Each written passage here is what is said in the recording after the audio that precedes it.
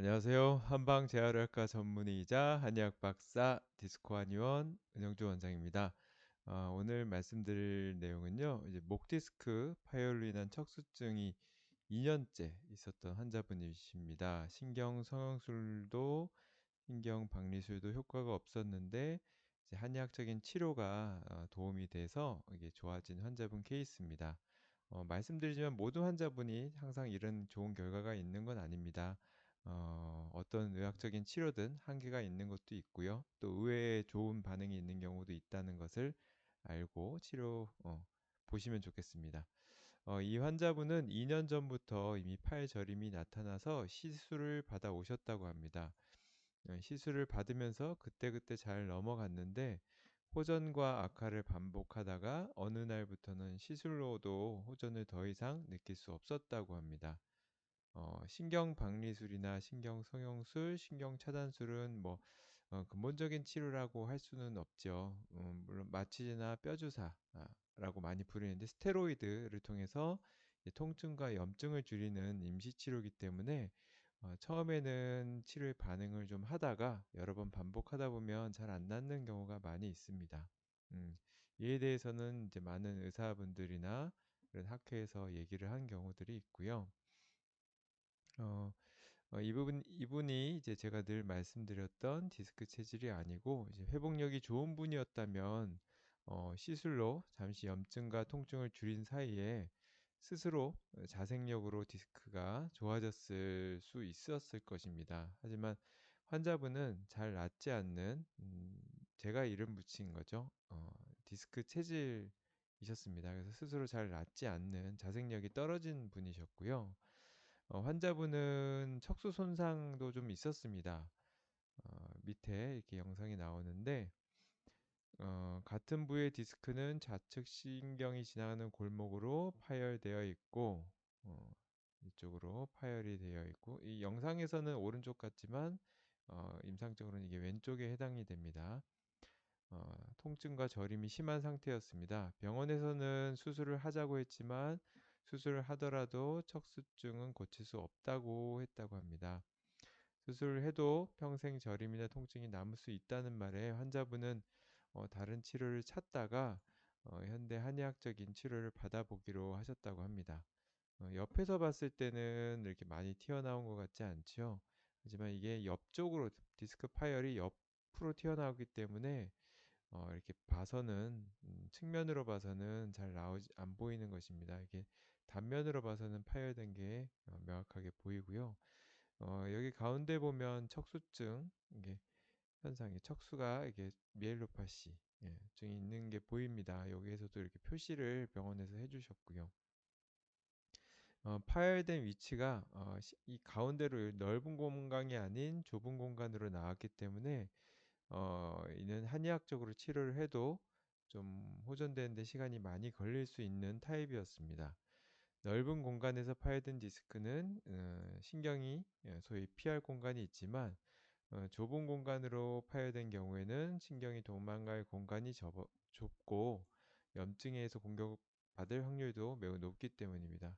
이쪽처럼 이렇게 넓지 않고 이게 이쪽이 많이 좁아져 있는 걸 볼 수 있습니다. 음. 병이 환자분께 이렇게 말씀드렸습니다. 병이 오래돼서 만성화되었고 척수증도 있고 신경이 손상된 기간도 길어서 좋아지는 데는 시간도 많이 걸리고 낫는데도 한계가 있을 수 있습니다라고 말씀을 드렸습니다. 그리고 그래도 이제 환자분은 치료를 원하셔서 거주지가 좀 멀리 계셨기 때문에 이제 재생 한약으로 신경을 재생하고 디스크를 재생하는 한약을 처방을 해드렸습니다. 환자분의 파열된 디스크를 근본적으로 흡수될 수 있도록 도와주는 한약재들, 그런 효과가 밝혀진 약재들이 있어요.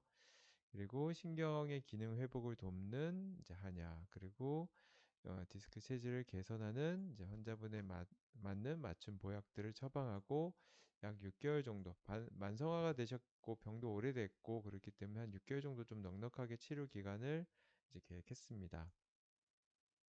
처방을 하고 한 달쯤 뒤에 2년간 괴롭히고 호전이 없던 저림 증상이 호전이 없었는데 이제 한약 드시고 한 달 정도 지나니까 드디어 조금씩 개선되기 시작했다고 합니다. 초기에는 편두통을 잊고 초진시에 이제 편두통이 있다고 얘기를 하셨는데 아직 지속적으로 있다고 하셨고요. 처방 용량을 좀 더 높여드리고 편두통 개선에 도움되는 한약을 더 가미해 드렸습니다.